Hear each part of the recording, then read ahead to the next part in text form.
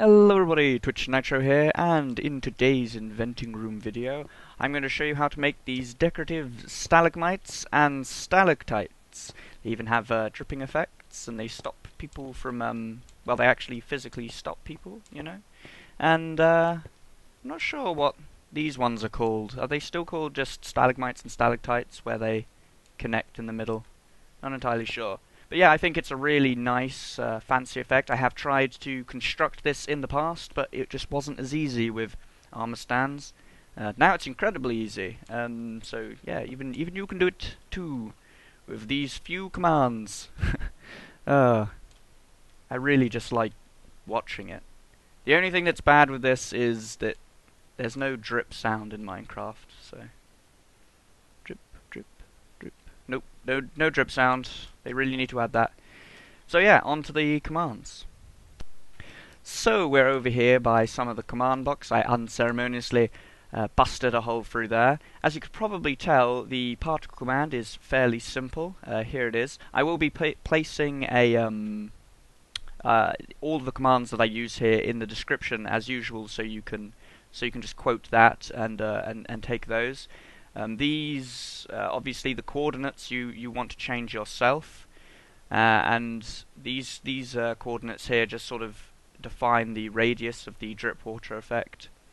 And in this case, this is for this back one here. I have one particle spawning every now and then, and the front one, I have two particles spawning. So yeah, just a sort of simple clock, very easy. You can turn it off, turn it on. Yeah. That's not what this video is about, obviously. It's more about the use of the commands. So over here I have various different block sizes. This here and this here are actually the same size, but they use two different techniques. If I grab a sword, we can see that this here is an armor stand one, and this is actually a mob with no AI. We can see by it killing us here. So here's the small one first, and this is the command I'm using. It is in fact an armor stand, and it's small. I've got the show arms on, and that's because you can go one stage smaller and actually use the pose command. I'm not using it here, and I don't know if I'll be placing a command for that, because I'm pretty sure you only really need 2 levels past a solid block. And over here, this is the same kind of thing. I actually have the pose command in here for the head, which I don't actually use in the command, so that's not necessary. And they are equipped, both of them, with stone on their heads, and an important part, they're silent, no gravity as usual. Wait a minute, where is it?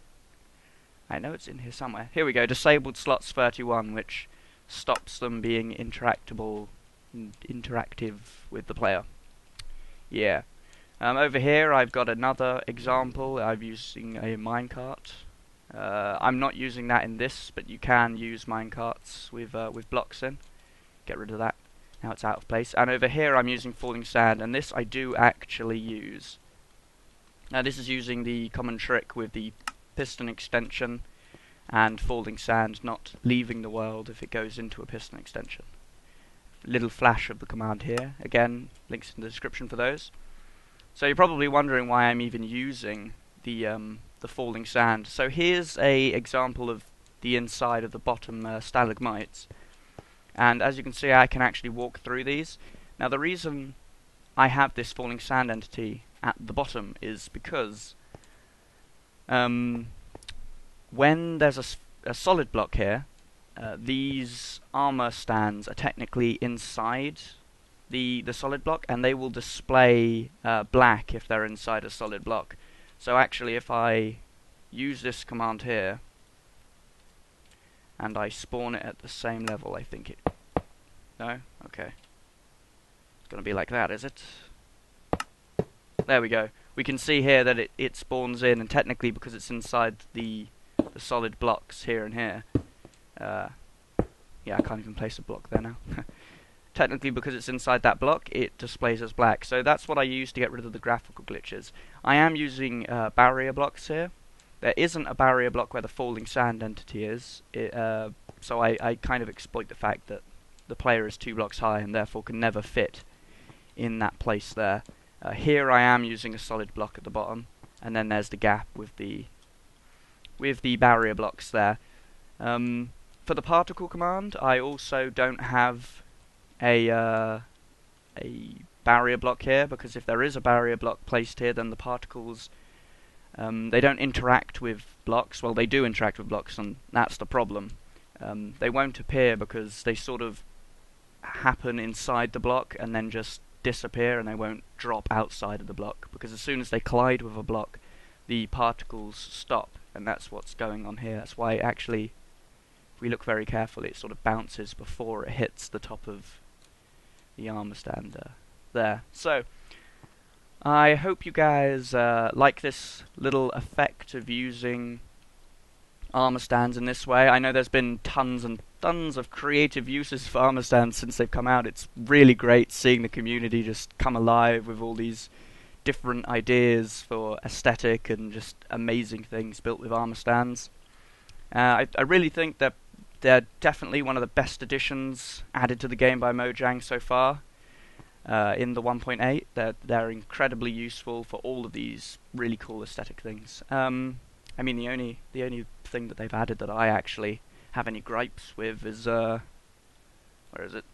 Is the arms and the body size. My beautiful arms. It's like Steve doesn't lift anymore. I'm all weak and thin. Anyway, yeah. One last thing before I end off this video. It occurs to me that I have passed my 8,000 subscriber milestone, which is absolutely amazing and mind-boggling. So I want to thank every single one of you who've subscribed. It's really is kind of amazing that I've passed that milestone. I mean, yeah, it's brilliant. It's brilliant. I did want a different video to come up for my 8,000 subscriber milestone, but unfortunately I'm still working on that. It's my secret hidden project.